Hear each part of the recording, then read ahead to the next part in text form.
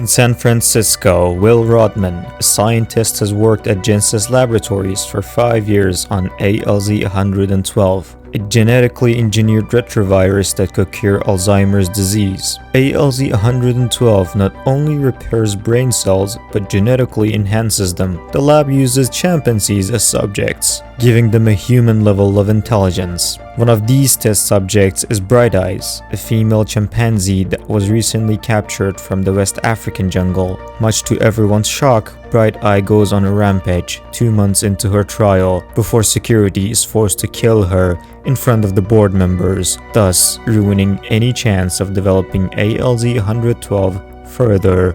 With everyone assuming that aggression is a side effect of the drug, Will's greedy and unethical supervisor, Stephen Jacobs, orders all 12 test chimpanzees put down after Bright Eye's rampage. But it is discovered that Bright Eye's aggression was not because of the drug, but due to her maternal instincts to protect her baby, to whom she had secretly given birth a day or two earlier. Robert Franklin, the chimp handler responsible for carrying out this order, can't bring himself to kill the infant and instead gives it to Will until he can find a sanctuary for him. Will takes the infant home. He lives with his old dad Charles, and the two get attached to the little chimp and name him Caesar. Over the next 3 years, Caesar inherits his mother's high intelligence due to the drug, thus learning at a fast rate. Caesar is able to learn sign language, understand English, and play chess. Although it is not approved for a human trial, Will also gives a sample of ALZ-112 to his father, who is suffering from Alzheimer's disease. The next day, Charles is energetic, as it appears the drug has cured him completely.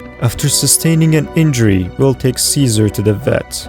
A lady named Caroline, being the horny scientist that he is, Will asks her out and the two start dating. In the next scene, the couple and Charles put a leash on Caesar and take him to the national park, where he feels free and starts climbing the trees. After a 5-year time jump, Caesar is grown up, but he clearly is not happy with being on a leash nor being treated like a pet. Unfortunately, Charles is sick again. His body's immune system develops antibodies that fight off the virus, and his disease returns stronger than before. In his state of dementia, Charles gets into a car and attempts to drive it, as the keys was carelessly left in the ignition. He presses the gas and hits the car in front of and behind him, getting the attention of an ill-tempered neighbor, Douglas, who threatens Charles. Caesar is altered to the situation and attacks him, biting Douglas's finger off in Charles' defense. After the incident, Caesar is sent to the San Bruno Primate Shelter run by John London,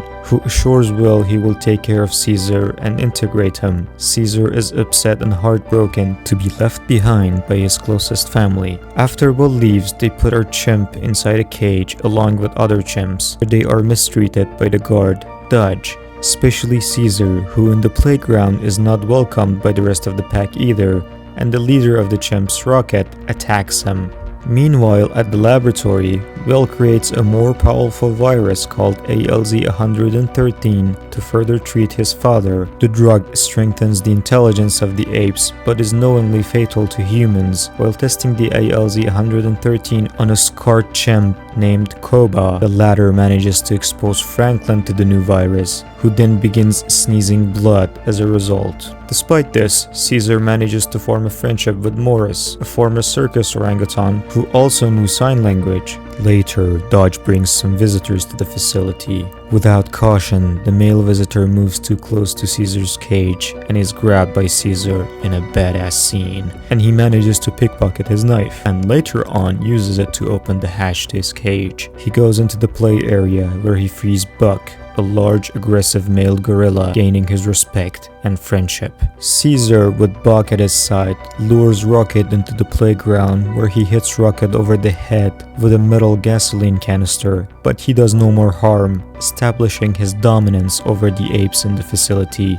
and Rocket submitting to him. In the next scene, Will wants to inject his father with ALZ-113, but he refuses. Holding his father's hand, Will falls asleep, and when he wakes up in the morning, his father has passed. Back at the lab, Will is frustrated to see Steven has ordered everyone to work on ALZ-113 to make it available for sales without testing it thoroughly first. The two get in an argument with Steven, threatening to fire Will, but Will says don't worry, I quit. Classic. Meanwhile, Franklin's condition deteriorates, so he visits Will to ask for help, but he's not at home. He runs into Douglas and sneezes blood on him. Will goes to the sanctuary and offers money to London in exchange for Caesar's release. But at his cage, Caesar refuses to go with him and closes the door of the cage. Later, Caesar steals cookies from Dutch and gives them to Rock. Though tempted to eat them all, he instead gives them to the other apes. Caesar gains the respect and companionship of Rocket and other apes. Later, Caesar tells Morris his reason for making Rocket share the cookies. Apes alone, weak.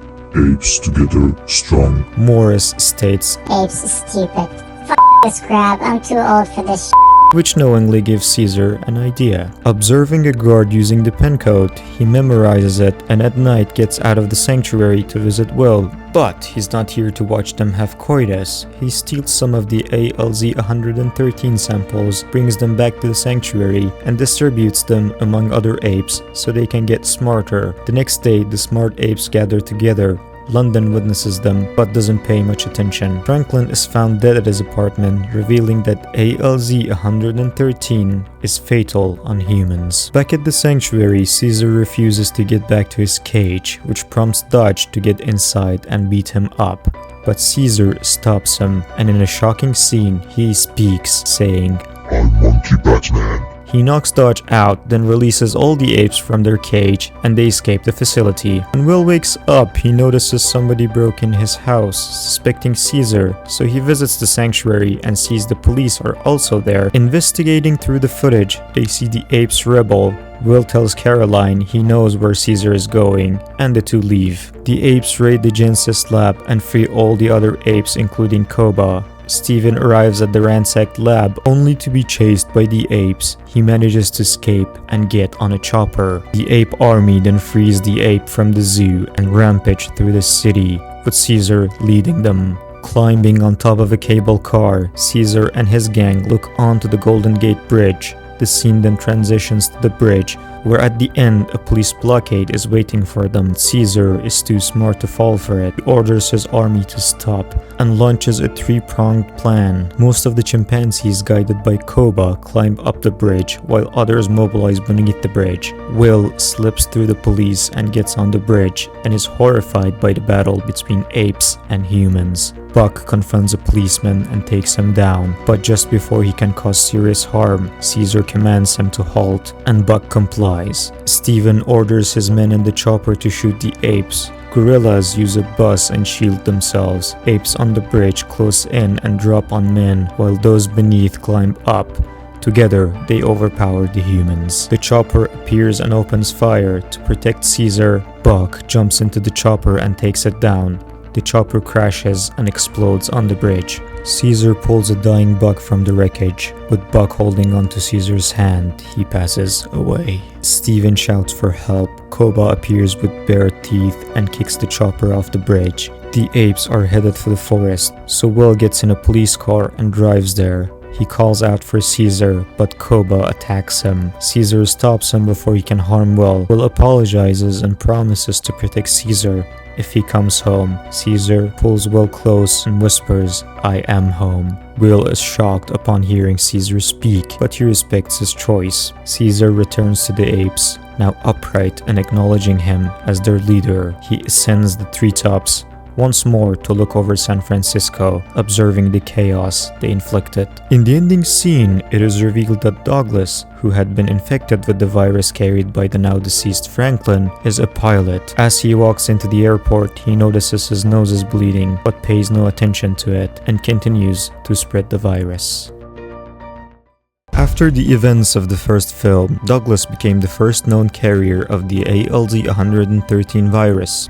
spreading the infection from France to Europe and eventually worldwide. Governments trace its origin to San Francisco and tried to find a cure but to no avail, leading to the martial law declarations, civil unrest, power outrages, and millions of deaths globally. The virus eventually led to the downfall of human society and caused a worldwide economic collapse. 10 years later, Caesar leads the apes on a deer hunting expedition, during which his teenage son, Blue Eyes, gets attacked by a grizzly bear, but is saved by Caesar and Koba, who shoves a spear to the back of the bear's head, killing it. Afterwards, Caesar is summoned to his home in the apes' village. We can see some characters from the ape sanctuary in the first film, recap link in the description by the way, notably Rocket and Morris, who is teaching the alphabet to the younger apes. Caesar's wife has given birth to a newborn son, but is very sick. Blue Eyes and Ash, Rocket's son, are walking in the woods when they come across a human named Carver, who, in a state of panic, shoots and injures Ash. Upon hearing the gunshot, the rest of the group get to the scene. So does Caesar and the other apes. The leader of the human group, Malcolm, says he doesn't want any trouble and orders everyone to put their guns down, after which Caesar shouts,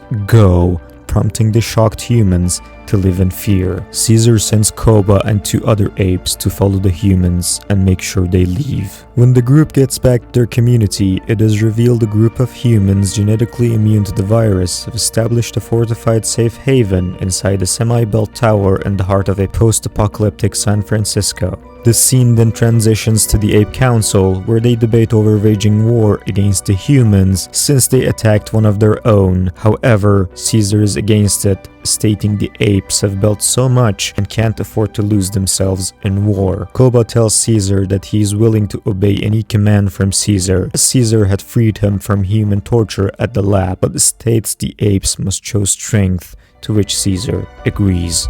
The following day, Caesar leads the ape army to the tower in anticipation of a face-to-face confrontation with the humans and to show their strength in number. Much to everyone's surprise, Caesar speaks, shouting, "Apes do not want war, but will fight if they must." Caesar then orders the humans to stay in their own territory while the apes stay in their own. He personally orders Malcolm to never enter the ape territory again. He then leaves with his army. With their shelter running out of power in a few weeks, Malcolm convinces the human camp's leader, Dreyfus, to give him 3 days to reconcile with the apes to gain access to a hydroelectric dam in their territory, which could provide long-term power to the city. Dreyfus reluctantly agrees, but says he will arm all the survivors, and if Malcolm doesn't return in 3 days, he will kill every single ape. Malcolm and his group then head to the ape territory. He tells them he's going in alone, and if he's not back in 2 hours, they must leave and go back to the sanctuary. Malcolm then heads into the ape village, where he is spotted by gorillas. They take him to Caesar. After explaining why they need the dam and that he is not a threat, Caesar sees this as a possible peace between the races. He allows Malcolm to work on the dam's generator under the condition that humans must give up their weapons and work unarmed. Distrustful of humans, Koba infiltrates the human territory and finds their armory. Realizing there is enough ammo to kill all the apes, he decides to warn Caesar. Back at the ape territory, humans are working on the dam and they start to bond with the apes. But as Caesar's little son goes through Carver's stuff, he finds a gun. Carver immediately takes the gun and points it at Caesar's son, only to be stopped by the goat ape himself. Furious that humans had guns from them, he orders them to leave. Just then, he is summoned to the village to attend to his sick wife. Malcolm and Ellie follow him to his house to beg for forgiveness, where they end up helping Caesar's wife with antibiotics. After which Caesar lets them stay for 1 more day, saying the apes will help them to get the job done faster, but Carver has to be tied up. Humans agree to the conditions. When Koba returns to warn Caesar, he sees the apes are working with the humans. He confronts Caesar and makes fun of his love for humans, claiming that he cares for them more than his own family. In a fit of rage, Caesar beats Koba's ass up, but then pardons him, citing his rule that apes do not kill apes. Despite being forgiven, Koba secretly plans to overthrow Caesar. He goes to the human armory, pretending to be dumb. He gets close to the guards, clutches a gun, and kills them both. In the next scene, power is eventually restored, with the team delighted.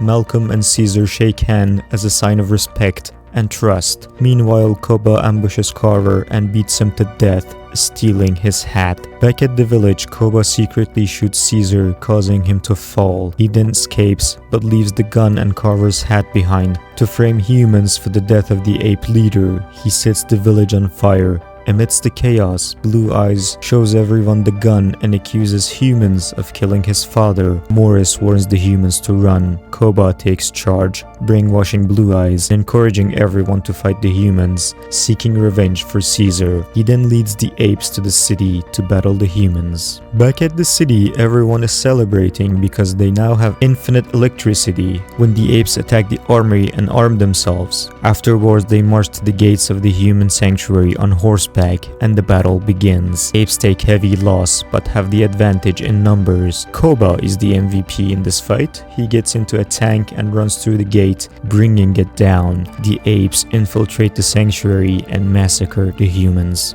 Back at the village, Caesar has survived the attempted assassination but is badly injured. Malcolm's family save him. Koba and his apes are hunting down the remaining humans at the sanctuary. They capture an unarmed couple. Koba orders Ash to kill them. Ash refuses, claiming Caesar would not have approved of it. This infuriates Koba, who then drags Ash up the stairs and tosses him off, killing the poor guy. Caesar takes Malcolm and his family to his old house from the first movie, link of the recap in the description by the way, to use it as a hideout. They must perform a surgery on Caesar and take the bullet out, but don't have the tools. Malcolm goes to the sanctuary to bring it, saying they must save Caesar as he is the only one who can stop this madness. He infiltrates the now sacked sanctuary, finds the medical kit, and also confronts Blue Eyes, telling him his father is still alive, and brings him back to Caesar, where he tells his son that Koba shot him, not the humans. Blue Eyes promises his father he will help him stop Koba. At night, he gets back to the sanctuary. Morris and Rocket are in prison because Koba believes they were faithful to Caesar.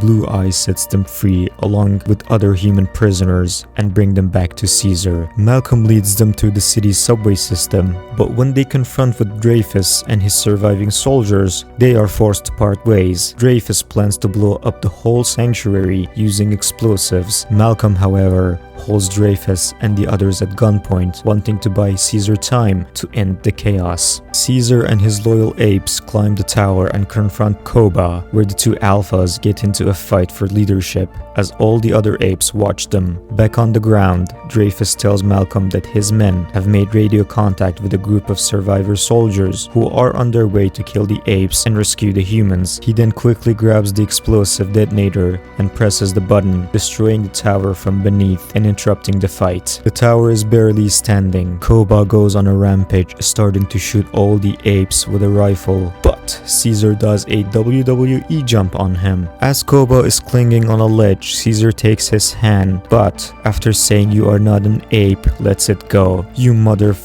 and Koba falls to his demise. Back on the ground, as it turns out, Malcolm has survived the explosion due to plot armor. He notifies Caesar about the imminent arrival of human reinforcements, urging Caesar to evacuate the city and ensure his safety, but Caesar refuses, saying war has already started. Instead, he tells Malcolm to take his family and leave to safety before the fighting begins. The two then say goodbye and share whatever the this is. It's kinda gay with ape, gape. As Malcolm leaves, the remaining apes bow down to the goat ape leader and the movie ends. In the opening scene, a group of soldiers known as the Alpha Omega Squad are searching through the woods to hunt down apes and find their leader, Caesar. The battalion also has apes in their service, whom they call donkeys. As the group finds an ape village, they start shooting with heavy firearms. One of the apes escapes to warn the others and call for backup. We then see a massive army on horseback arriving at this scene with handmade smoke bombs to block the humans' vision and kill them by throwing spears at them. Most of the battalion gets killed, and the remaining soldiers are captured and taken to Caesar. Caesar arrives and orders the 4 soldiers to be released with a message to the colonel that he did not start the war and that he desires peace between humans and the apes. He orders his albino Winter to take the traitor gorilla Red into custody to answer for crimes against his own kind, but as Caesar releases the humans, Red escapes. In the next scene, the apes are back at their sanctuary. Caesar's eldest son, Blue Eyes, and Rocket return from a journey to find a safe haven for the apes, since the woods are no longer safe with the ongoing human attacks. Blue Eyes also has a girlfriend now. Her name is Lake. She's kind of an important character, so remember her. Blue Eyes and Rocket have found an oasis across the desert, far from the woods, with resources making it the perfect habitat for the ape clan. A scared Winter suggests they should leave immediately. As he's making a scene, Caesar calms him down with his badassery and says they are not prepared to leave because they must find a safe way out of the woods. At night, when everyone's asleep, Caesar notices soldiers infiltrating the sanctuary. He tells his son to protect his family and goes to warn the others. Winter cannot be found, and Luca believes that Winter has betrayed them out of fear. Caesar then runs into Rocket, who has taken down a soldier. From the soldier's walkie-talkie, they hear the colonel saying he has killed the leader. Hearing this, Caesar rushes back to his family, only to find them dead, killed by the colonel. The colonel shoots at Caesar, but has to escape as the other apes arrive at the scene. Fortunately, Caesar's youngest son, Cornelius, has survived. The next day, everyone is prepared to leave. Caesar leaves his son with Lake and informs them he won't be joining them. Instead, he's going after the colonel. He says that when the soldiers see him, he will make a good distraction and give the apes a better chance of getting out of the woods. As he's on his way, his closest friends, Luca, Rocket, and Morris, follow him, saying they won't let him go alone, so they continue the quest together. They arrive at an abandoned small village. As they are searching the area, they run into a human who tries to reach for his gun but is shot dead by Caesar. As the group searches through the house, they discover the soldier's daughter. Morris befriends the girl, giving her a small rag doll, but notices she can't speak and has a nosebleed. Morris insists they take her with them as she won't survive on her own. In the next scene, the group finds a soldier camp and sees Winter among them.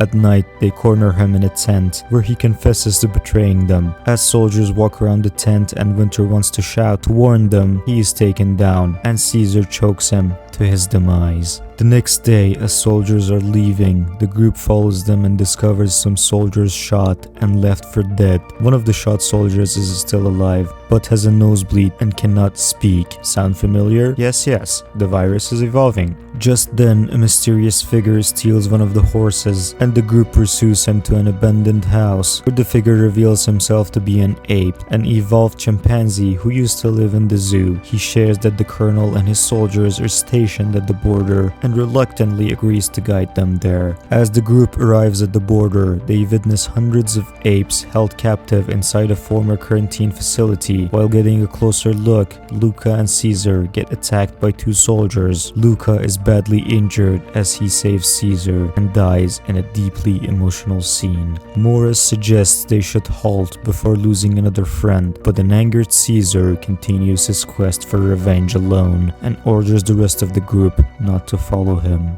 As he gets closer to the camp, he realizes that the captured apes are from his own clan. He gets knocked out and taken to the colonel. After some chit-chat, he's escorted to the cages where all the other apes are being held, including his son and Lake. The next day, soldiers take the apes to use them as labor force since they are building a wall. It turns out there is another group of soldiers who are enemies of the colonel and are expected to attack the base anytime soon. The apes are not fed and our monkey man is not happy. He stands up to the soldiers as they are whipping one of the apes. All of a sudden, all the apes bag their leader and stop working, so the colonel holds him at gunpoint, demanding his submission, and starts counting down as Lake picks up a stone. Kiss, kiss, aww. She asks everyone to get back to work to save Caesar. The colonel, not wanting any more protests, commands his men to tie Caesar to a cross in an effort to crush his spirit through torture and starvation. Witnessing this, Rocket and Morris decide to save him. They find a tunnel that leads inside the camp. Meanwhile, the little human girl walks into the camp without anyone spotting her. She goes to a barely alive Caesar and throws her doll at him, but Caesar is like, "What the f?" So she gives him some food and water. Now we're talking. As the soldiers get close to the cage and are about to spot her, Rocket creates a distraction by flexing his muscles and offering himself up. This gives the little girl time to escape. The next day, when the colonel gets Caesar out of his cage, he notices the rag doll, but doesn't pay much attention to it. At night, Morris and the other apes dig a hole in the tunnel that leads straight to the ape's cage. The apes then throw a piece of shit at a soldier who is standing guard. He gets furious and enters the cage, only to face another piece of shit thrown by Rocket. As the soldier faces him and is about to shoot, Morris takes him down from below and throws the keys back up. The apes free Caesar, and together they first release all the children and then the rest of the apes, but Caesar is not done, as he still hasn't avenged his family. Rocket tries to talk him out of it, but to no avail. Just then, the other group of humans attack the base and conflict begins. Amidst the chaos, Caesar climbs to the colonel's office and grabs his gun, but finds him sick on the bed with a nosebleed. He realizes the colonel cannot speak and spots the ragdoll that belonged to our sweet girl on the ground. The virus has gotten to him. As the colonel pleads with him to pull the trigger, Caesar chooses to set down his gun and walk away, leaving the colonel to his fate. Eventually, the colonel grabs the gun and takes his own life. During the battle between Alpha Omega and the other army, the escaping apes come under fire from Alpha Omega. Witnessing this, Caesar spots a gas tank just behind the walls. He picks up a grenade belt and heads there to blow it up. As the apes are getting massacred by the humans, Red has an epiphany. He witnesses Caesar running to the gas station to sacrifice himself for his kind without a second thought, but is shot with a crossbow by Preacher, one of the Alpha Omega militants he had set free in the beginning of the movie. Red saves Caesar's life by killing Preacher with a grenade launcher, but is executed by a soldier as a result. Caesar blows up the facility's fuel supplies, causing a massive explosion that wipes out Alpha Omega and allows the other army to win the battle. However, the explosion triggers an avalanche, burying the base and the rest of the human soldiers. Luckily, our protagonists are apes and they can climb really quickly. They survive by climbing up the trees nearby. In the ending scene, the remaining apes, the little girl, and Caesar resume their journey across the desert, finally reaching the oasis. While the other apes joyously celebrate their new home, Morris discovers Caesar's wound. Morris then speaks, telling Caesar that Cornelius will know what his father believed in and did to protect the apes. Caesar slowly and silently succumbs to his wound, ensuring the apes are safe before passing away. The movie ends with Morris mourning over his body and the death of the goat ape Caesar. The story takes place 300 years after the death of the goat ape Caesar. We are introduced to our protagonist Noah and his two friends Anaya and Suna, who are looking for eagle eggs for an upcoming ceremony. They find a nest with 3 eggs, one for each, but Noah doesn't pick the last egg, saying it's tradition or something. He also sees another nest on top of the cliff and wants to show off. As he gets there, the mother eagle attacks him, causing him to fall, but he doesn't die because of his plot armor and manages to grab the egg. As they're about to leave, the 3 see that someone is watching them. They pursue the figure into a tunnel where they discover a scarf stained with blood and realize it's not an ape's scarf but rather a human's. Noah takes the scarf and they return to the village. Noah visits his father Koro, who is an ornithologist. What the fuck? Whatever, he takes care of birds. And it turns out the clan has eagles in their disposal, and it's sacred for them. Noah shows his father the human scarf, and Koro decides to tell the elders, since humans always bring trouble. The clan decides to send soldiers to find the human. At night, when Noah is outside, he hears a noise from one of the tents. When he goes inside, he is shocked to see a human who escapes quickly, and in doing so breaks Noah's eagle egg. Afraid to disappoint his father and the rest of the clan, Noah decides to look for new egg. While on the hunt, he comes across a group of dead apes and recognizes they are from his own clan. As another group is approaching, Noah hides in the trees, but the apes see his horse and figure out the clan must be close. Noah, now on foot, rushes back home, only to find it in flames, being raided by the hostile apes, who use electric weapons. The leader of the group, Gorilla, kills one of the clan's elders and shouts, "For Caesar." He then spots Noah climbing to the top, where he meets his father. Together they free all the eggs, but are interrupted by the gorilla, who gets into a fight with the duo. He severely injures Noah's father and throws Noah from the top of the building. In the morning, when he gains consciousness, he finds everyone gone and his father dead. While burying his father, Noah promises to save everyone and bring them back. As he's searching, his father's eagle is following him from above. Noah finds his mother's clothes on the road. He figures it would be a lot easier if the eagle helped him with the search, so he tries to tame him, but to no avail. As Noah continues his journey, he meets an orangutan named Rocca. As it turns out, Rocca is a Caesar fanboy. He tells Noah that Caesar was the leader who united the apes and protected them. As they step outside, they see the human girl from the village trying to steal Noah's horse, but she escapes after seeing the duo. Since humans are very rare these days, Rocca decides to leave his cave and join Noah on his journey in the hope that he will interact with a human. At night, when the two apes are camping, the human girl returns. Rocca throws food at her to lure her out, and she takes them. He also throws a blanket at her since she's cold. Rocca says they will call her Nova, and that during Caesar's time, they called humans Nova, but he doesn't know why. And if you don't know why, go watch the previous movie recaps, link in the description. Rocca continues, saying Caesar cared for humans, as legends say he was raised by them. Although Noah is reluctant, they take her with them the next day. As they continue their journey,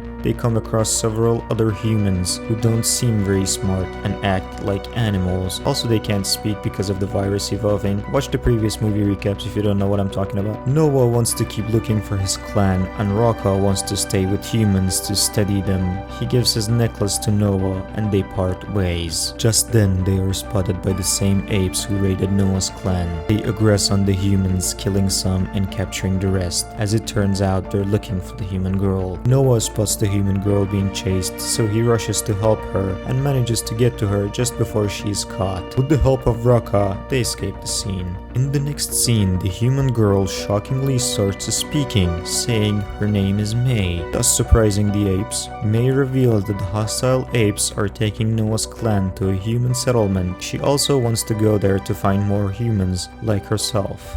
After that, the group travels on and reaches a bridge without realizing that the same gorilla who raided Noah's village plans to ambush them. The gorilla manages to catch both May and Noah, but Rocca falls into the running water, which takes him away. Noah and May are taken to a shipwreck site where the apes have set camp and are trying to open a huge vault. After a short while, Noah reunites with his mother and his friends Suna and Anaya. May is taken to a room where she meets another human, Trevathan, who says he's serving the apes since he believes they are the superior species now. Back on the beach, we are introduced to the leader of the apes, who calls himself Proximus Caesar and claims to be a true follower of Caesar, but he's a fake. As it turns out, Trevathan has been reading history books to Proximus. Through these books, fake Caesar learned about the great deeds of humans and twisted the original Caesar's teachings. May expresses her concerns that if Proximus gains access to the vault's technology and weapons left behind by the humans years ago, he will establish an empire of apes and eradicate the remaining humans. But Trevathan says they already have established the kingdom of apes and that there is no hope for humans. Later, fake Caesar invites Noah and May to dine with him. He talks about evolution and how the technology in the vault will enable apes to progress to the same level as humans once did. He thinks May knows how to open the vault, but she doesn't say anything. Fake Caesar also tries to convince Noah of humans' intelligence and their threat to apes. Turns out Proximus wants Noah by his side because he is clever and young. After dinner, Noah speaks with her mother, who tells him to look after himself and serve fake Caesar, since their clan is gone. A short while later, his father's eagle approaches him. Noah speaks to the eagle and expresses his doubt about freeing his tribe, but then he sees the necklace Raka gave him, and everything he told Noah about the real Caesar and his teachings, and reminds him that fake Caesar's kingdom is a folly. Now he is determined to free the apes. His father's eagle senses his emotions and sits on his hand, and giving us goosebumps. At night, Noah confronts May about her lies. He demands to know what she truly wants from the vault. May explains she's searching for a book that could restore humans' ability to speak. She explains how a virus created by humans once made apes intelligent but stripped humans of their cognitive abilities, ending human dominance over other species. May then reveals she knows how to get inside. Just before sunrise, Noah asks his friends Suna and Anaya to join him, to which they oblige. They plan to sabotage the wall's contents by getting them wet by exploding the dam and letting water run over, and making them useless to Proximus. They begin by spreading gunpowder under the raft blocking the water. While they are at it, Trevathan discovers their plan. May tries to persuade him to join their cause, but Trevathan reminds her that he has lost faith in humanity. As he's leaving to inform his ape leader about their plan, left with no other options, May strangles him to death and dumps his body in the water. After planting explosive, the team climbs up the rocks with the human girl on Noah's back. The group soon reaches the entrance that once supplied air to the vault. As they go inside, they find the place deserted. May then powers up the vault and searches for her so-called book, managing to find it inside a secret closet along with guns, lots of guns. The book turns out to be a deciphering key to activate a satellite system. Meanwhile, Noah and his friends stumble upon picture books showing humans imprisoning apes in the zoo, shattering Noah's belief that once apes and humans coexisted peacefully. The team strategizes to open the gates for Noah to lead his clan to safety before detonating the explosive. However, upon opening the gates, they are confronted by evil Caesar waiting on the other side. He commands one of his apes to hold a knife to Suna's throat and insists that May disclose her true intentions. But, much to everyone's surprise, she pulls out a gun she found earlier and shoots the ape holding Suna, killing him. She then runs to the detonator and blows the dam, causing water to flood the whole settlement. Amidst the chaos, Noah takes charge of the clan's leadership and orders the ape to climb up. As everyone is escaping, Noah is confronted by the gorilla that killed his father. The two get into a fight and Noah manages to trap the huge gorilla. He gets stuck between pipes, after which he drowns to his demise. After barely making it alive, Noah reunites with his surviving clan, but suddenly Proximus catches up from behind and attacks Noah. He single-handedly slams the young ape, since he is twice Noah's size, then tries to force Noah and his clan to bow before him. A half-dead Noah looks up at the sky and sees eagles. He gathers the last of his strength and starts singing. This is something they do in their clan, it's symbolic. Soon the rest of his clan join him and their combined voices summon their eagles, who attack fake Caesar and throw him off the cliff to his demise. In the next scene, the apes are back at their village. When May pays them a visit, she says she's here to say goodbye. Noah says he doesn't trust humans as they always think about their own interest. Just like May blew up the dam and killed many apes, May admits her goal is to help humans reclaim their planet, but Noah questions what that means for apes. The little bitch is holding a gun behind her. As it turns out, she had come here to kill him, but Noah says it was Raka's and Caesar's dream for humans and apes to live together, and gives his necklace to May and reminds her that it is very special. She takes the gift and leaves. In the ending scene, May heads to an old satellite station base where she meets other humans. There, she's greeted by a woman. May hands over the deciphering key, which the woman and her team use to activate a network of satellites, enabling them to contact other human survivors worldwide.